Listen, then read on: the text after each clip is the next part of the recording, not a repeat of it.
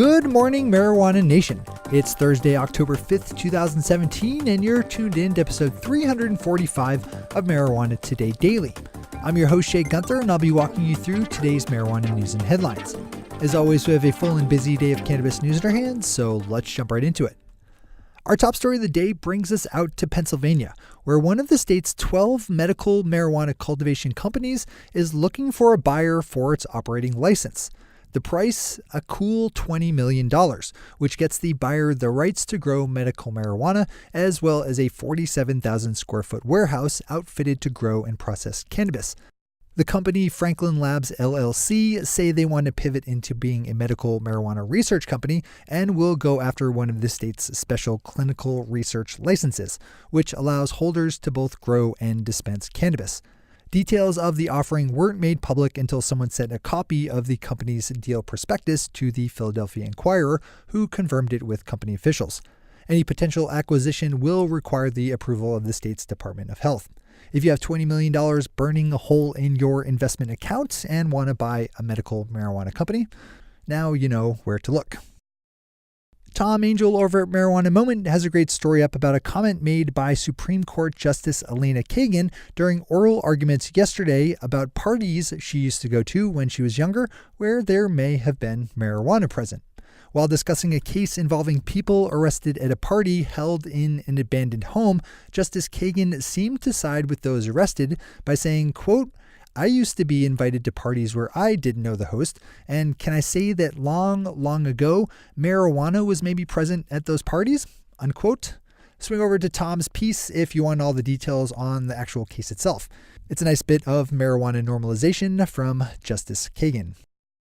Our final top story of the day swings us up to Canada, where on Tuesday, a government health committee voted to pass an amendment that will ban marijuana edibles from being made and sold until July of 2019, 1 year after legal adult use marijuana kicks off nationwide.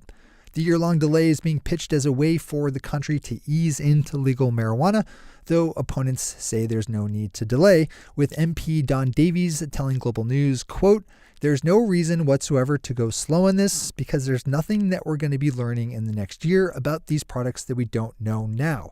While we wait 12 months, Canadians are still going to be getting edibles, but they're going to be getting it from sources that are completely unregulated." Unquote. Those are our top stories for today. It's time for Marijuana Today Daily Headlines Blitz. Before we blitz out on headlines, let's quickly thank our sponsor, Students for Sensible Drug Policy, which is celebrating their 19th year in existence this week. You've heard me talk a lot about the altruistic reasons why you should support SSDP with your hard-earned money, but today I'm going to get a little more pragmatic. Put simply, SSDP is helping to create legal marijuana markets. It's that simple. Legal marijuana markets are wonderful byproducts of SSDP's drive to remove criminality from drug policy. If you don't care at all about any of the social justice issues championed by SSDP in their fight for sensible drug policy, that's fine. But what you should care about is that legal marijuana wouldn't be legal if it weren't for SSDP. That's not to say there aren't other organizations and people involved in the fight to free cannabis, but SSDP has been one of the biggest drivers of change in that world. People are making money in legal marijuana because of Students for Sensible Drug Policy, and if you want that to keep happening and to expand into more places, then you need to donate money to them today so they can keep doing their work. Whatever your motivations are, open up ssdp.org/19 to donate today. That's just 11 keystrokes. ssdp.org/19. ssdp.org/19. All right, time for the blitz. The LA Times has a full listing of the 22 members of the state's Cannabis Advisory Committee just named yesterday. The committee will advise the Bureau of Cannabis Control in writing the rules and regulations governing both adult use and medical marijuana under the new world of Proposition 64. Click on over to give a look.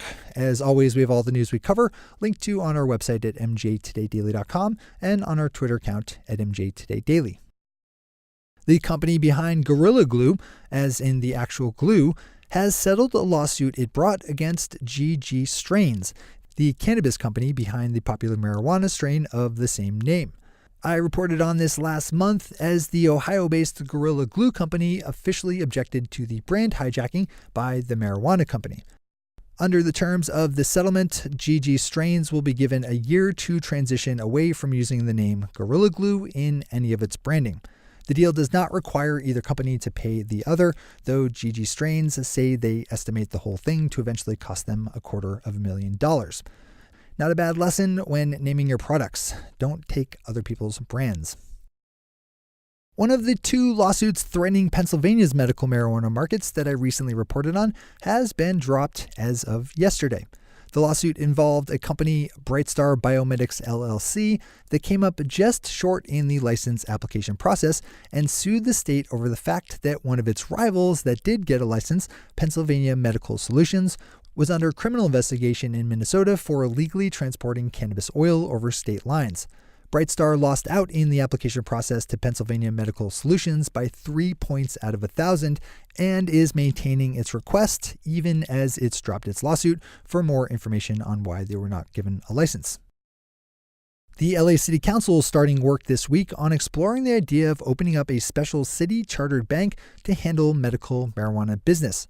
As regular listeners know, legal marijuana businesses have a hard time getting regular banking business services thanks to federal laws maintaining cannabis's illegal status. LA City Council President Herb Wesson wants to look at what it would take to form their own bank, and he and a special subcommittee began discussions on the idea yesterday. This is a storyline we'll obviously keep following. With his second headline of the day, Tom Angel has a good story up over at Marijuana Moments about the lifting of the prohibition of CBD by the World Anti-Doping Agency, which will free athletes to use CBD-rich cannabis products in their training regimes. While there's still lots of study that needs to be done into how CBD supports the healing process, its ability to help in pain relief and knocking down inflammation has been shown to be clinically sound. Mona Zhang over at Forbes took a good look at the issue of hiring people within the legal marijuana industry who have had past drug convictions. This is a complicated issue as there's a high level of hypocrisy behind the idea of banning people with past drug convictions from getting into the new legal market, given the unequal negative effects of the war on marijuana visited mostly on poorer communities of color. This is one of our industry's bigger issues and one that we need to get right. Swing over to Forbes for the full read on this one. And finally for today, Bart Schneeman over at Marijuana Business Daily picked up on the story of Ohio's application process for their soon-to-launch medical marijuana industry. The state bucked recent legal marijuana convention by allowing for out-of-state investors to get involved as license holders. Bart's piece does a good job of looking at who some of those out-of-state players are and rounding out how Ohio's system will work when it comes online sometime next year. Those are the news and headlines for the day. I'll be back with you again tomorrow with another information-packed episode of Marijuana Today Daily. But in the meantime, if you have any stories to share or feedback to give, zip us an email to headlines@mjtodaydaily.com. And while you're clicking around the interwebs, swing over to our Twitter account at mjtodaydaily and visit our website at mjtodaydaily.com to find links to all the news we cover. Thanks to our sponsors, Students for Sensible Drug Policy, and to all of our awesome patron listeners for the support that makes this show possible. Seriously. To join the illustrious ranks of the patron listeners yourself, swing over to our website at mjtodaydaily.com and click on that big blue button at the top of the page that says Become a Patron. I'm your host, Shay Gunther. Thanks for tuning in and starting your day with Marijuana Today.